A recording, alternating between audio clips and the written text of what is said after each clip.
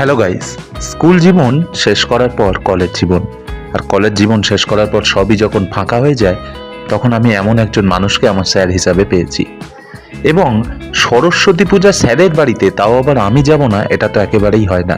কিন্তু সরস্বতী পূজার দিনে নিজের বাড়িতে ঠাকুর ওঠার কারণে এতটাই ব্যস্ততা ছিল এবং টুকটাক একটু বেরিয়েছিলাম নিজের স্কুলে, এছাড়া আর কোথাও যাওয়া হয়ে ওঠেনি। বারংবার স্যারের বাড়িতে যেতে চাইলেও আমি পেরে উঠিনি। তাই পরের দিন আমি আর মিস করলাম না, সরস্বতী পূজার পরের দিন সাইকেল নিয়ে সোজা স্যারের বাড়ি। মা কিন্তু এখানে অপরূপা সুন্দরী হয়ে উঠেছেন। হলুদ শাড়িতে মা বাসন্তিকা একদম অপূর্ব লাগছিল। মায়ের মুখখানা দেখো কত সুন্দর মিষ্টি, আর স্যারের বাড়িতে এসে তিনি যেন আরোই খুশি।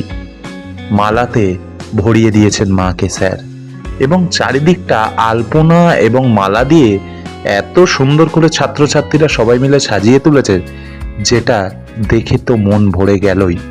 আপনাদেরও আশা করি অনেক বেশি ভালো লাগছে।